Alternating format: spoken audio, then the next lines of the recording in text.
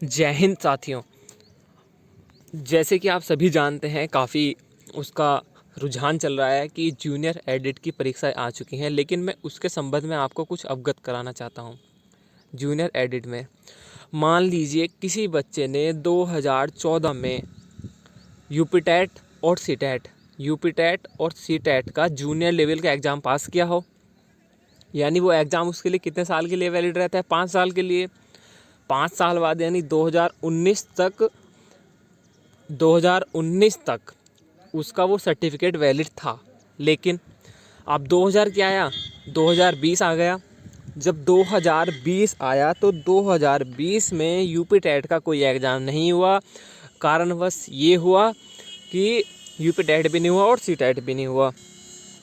तो इसमें कारण ये रहा कि 2020 में कोई एग्ज़ाम ना होने के कारण तो 2014 वालों के छात्रों के साथ क्या न्याय हो रहा है। जब 2014 के तो बेचारे ऐसे रह गए, वे अगर इस एग्ज़ाम को भर सकते तो नहीं भर सकते हैं, क्योंकि अब 5 साल बाद इनका हो गया। लेकिन इसमें नुकसान किसका है? बहुत से छात्रों का है। 1800 वैकेंसी आई हुई हैं। तो आइए थोड़ा इनके बारे में देख लेते हैं। एक बिंदु और कह रहा है, ये बिंदु के काफ़ी मैंने देखा है कि इसमें बच्चों ने काफ़ी अपना वो दिखाया है। ये बिंदु नंबर 6, इसको ध्यान से देखिएगा। ये है कि बिंदु संख्या 8 के संबंध में अवगत कराना है कि भर्ती परीक्षा का आयोजन प्राथमिकता के आधार पर पहले करा लिया जाए, तत्पश्चात टीईटी परीक्षा 2020 का आयोजन किया जाए। कुछ बच्चे इस चीज़ को कन्फ्यूजन में लेकर हैं कि जो 2020 में एग्ज़ाम होना था टीईटी का, उससे पहले अगर आप ये जूनियर एडिट में भरते हैं तो बाद में ये टीईटी 2020 दे सकते हैं। लेकिन ऐसा प्रावधान मैंने कई जगह देखा, विज्ञप्ति में इसमें लिखा हुआ है, तो ऐसा नहीं है। आपकी जानकारी लेके बता दूं कि वो बेचारे 2014 के छात्र जिनके बेचारों के 5 साल ऐसे निकल गए, वैकेंसी का इंतज़ार करते करते वैकेंसी आई तो उनके पास सर्टिफिकेट वैलिड नहीं है, पिछले साल एग्ज़ाम नहीं हुआ, तो वे क्या करेंगे? अब यहाँ तक कि जिन बच्चों का बीएड हुआ और यूपी टेट हुआ, मानो बीटीसी और बीएड जिन्होंने 2019 में कंप्लीट किया है, 2020 में कंप्लीट किया है, तो उन्होंने तो ना यूपी टेट दिया ना सी टेट दिया, उनका तो कुछ नहीं, वही बेचारे ऐसे रह गए। तो इसमें जो एलिजिबल हैं वो बहुत कम लोग हैं। और यहाँ तक कि जो सी टेट का एग्ज़ाम ये वाला हुआ है, तो मे भी इसका रिजल्ट आ जाएगा। जो अभी आपका 2021 में 31 तारीख को जो एग्ज़ाम हुआ है सी टेट का, अगर आपने उसका सेकंड पार्ट क्वालिफाई कर दिया तो आप इसमें एलिजिबल हो जाएंगे, क्योंकि उस टाइम तक रिजल्ट आ ही जाएगा। क्योंकि भर्ती जो तिथि है उसकी अंतिम तिथि तक, उसकी लास्ट डेट तक आप एग्ज़ाम फिल कर सकते हैं, लास्ट डेट तक, तो आपके लिए बेनिफिट रहेगा इससे। तो आइए इसमें देखते हैं आपको करना क्या है। जो बच्चे इसमें पार्टिसिपेट कर रहे हैं उनके लिए भी खुशखबरी है, मैं उनको बहुत बधाई देता हूँ कि आप जी तोड़ मेहनत कीजिए और इसमें नंबर ला के दिखाइएगा। तो इसमें आप क्या देखिए, स्टार्टिंग में भर्ती परीक्षा में ये 50 नंबर का आपका आएगा। इसमें आपका इतिहास, भूगोल और सामाजिक विकास में सतत विकास, गरीबी, पर्यावरण, सामान्य विज्ञान और ये कुछ रीजन, कुल मिला के यहाँ से 50 नंबर का। डिटेल में मैं आपको बताऊंगा बाद में। फ़िलहाल अब मान लीजिए जिसने बीए या बीएससी, अब कन्फ्यूजन क्या होता है बच्चों को, बीएससी वाले और बीए वाले। तो बीए वाले में जो उनके सब्जेक्ट होते हैं हिंदी, इंग्लिश, तो वो तो इसे चूज करेंगे।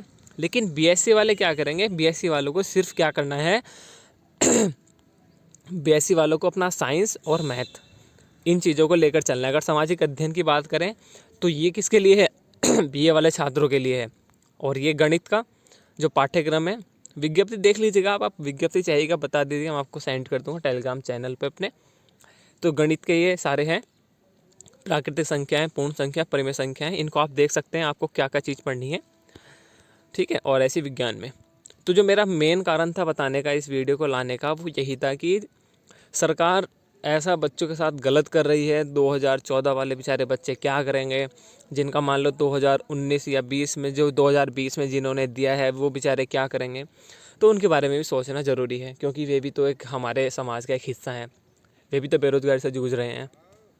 तो गाइज़ मैं यही कहना चाहूँगा कि आप अपनी तैयारी में जी जान से जुट जाइए। अगर आप टीचर बनना चाहते हैं, आप टीचर का अपना लक्ष्य आपने रख ही रखा है, तो जी जान से जी तोड़ मेहनत कीजिए। वैकेंसी आएंगी, ये आ रही हैं और आगे भी आएंगी। आपको इनके बारे में और मैं डिटेल में बता दूं थोड़ा वैकेंसी के बारे में। तो वैकेंसी की बात करें तो विज्ञापन का जो प्रकाशन है 18 तारीख में होगा। इसका एक नोटिफिकेशन आएगा 18 तारीख में, वो मैं आपको डिटेल में बताऊंगा। और 22/2 से आवेदन आरंभ और अंतिम तिथि 8/3 से है। 8/3 से पहले अगर आपका CTET का रिजल्ट आ गया 31 जनवरी वाले का, तो आप इसमें एलिजिबल हैं, वरना नहीं है। आवेदन शुल्क जो तिथि है अंतिम 9 हो गई और पूर्ण करने की 10। ठीक है, ये दे रखा है सब कुछ।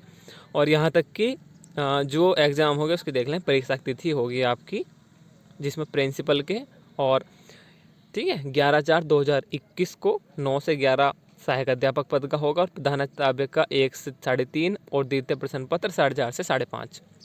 ठीक है, और उसके बाद इन्होंने पूरी डेट दे रखी, विज्ञप्ति में A to Z सब दे रखा है कब इसका मूल्यांकन करके परीक्षा फल घोषित किया जाएगा। तो 11/5 को इसका पूरा फाइनल हो जाएगा। उसके बाद ध्यान रखिएगा, उसके बाद UP-TET की वैकेंसी आएंगे, मतलब सॉरी UP-TET आप दे सकते हैं, UP-TET आएंगे तो आप दे सकते हैं। उसके बाद बहुत वैकेंसी आने वाली है। तो गाइज़ जी जान जी तोड़ मेहनत कीजिए। आपको बहुत शुभकामनाएं के साथ मिलता हूँ आपसे अगली वीडियो में। तब तक के लिए आप सभी का बहुत बहुत धन्यवाद।